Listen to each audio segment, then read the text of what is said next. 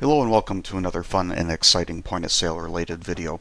Purpose of this video is in light of the coronavirus, how to set up the Microsoft RMS point of sale software for curbside pickup. There's a lot of different things you could be doing. This is just one method or one example along with kind of a checklist of what needs to happen. So let's start with the hardware and the things that are required on the technology side. And what you'll need is some sort of cart. Doesn't have to be this specific one, but some sort of mobile cart. Now, if you happen to be in a store where you could literally pick up the entire existing point of sale station and string cables out the front door, then that is obviously the easiest, but I'm assuming that a lot of you design of the store is that that's not going to be doable. So you'll need a cart, something to put everything on, and we're going to go with just kind of the minimum requirements and the least expensive way to do this, realizing that this is probably only going to be a temporary offering. So besides the cart, if you cannot reposition your existing payment terminals, then you will need a Square device, basically a phone with the little Square reader attached. And then ideally you'll want a laptop or a tablet that is running Microsoft Windows as the operating system. And then here's our checklist. You're going to need the RMS point of sale software on this laptop or tablet or computer, which means you're going to need to have it installed and activated as far as the license key goes. Now, what you can possibly do, depending on your situation, rather than buying another license, is reinstall an existing lane license. Just make sure that you or your RMS support partner, dealer, VAR, reseller, has the license key. You're going to need a connection to the RMS database, whether that is Wi-Fi, which can be a little tricky but might be doable, or through just grabbing an Ethernet cable and again running it out the door. Depending on the device, you may need electrical power, and we talked about having Ethernet or Wi-Fi.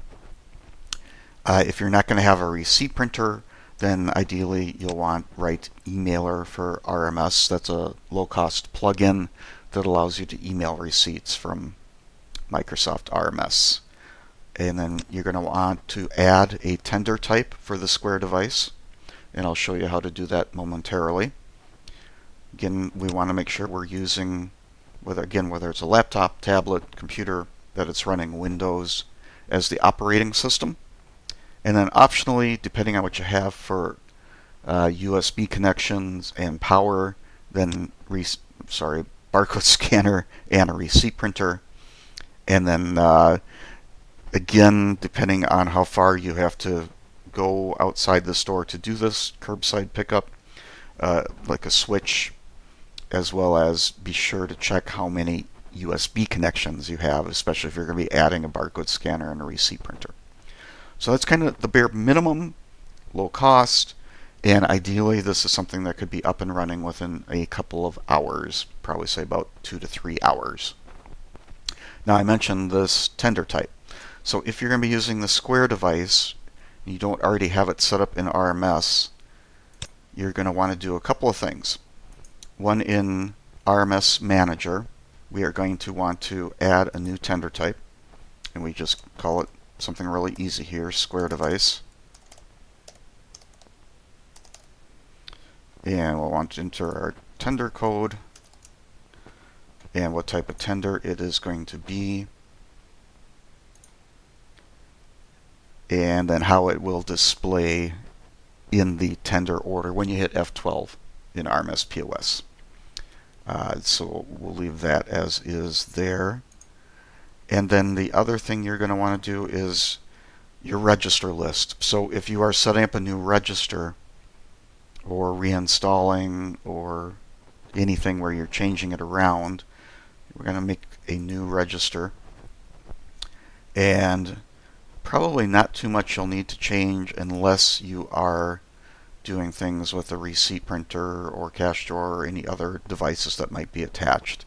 But generally, you're just going to be adding in the particulars here and including the receipt format if you are going to be printing receipts. So that's pretty much it. If this is something you need assistance on, again, this is generally not too complex to get set up. Again, about 2 to 3 hours of billable work. And there will be contact information in the video description for how you can obtain assistance or if you have questions on this. Thanks for watching.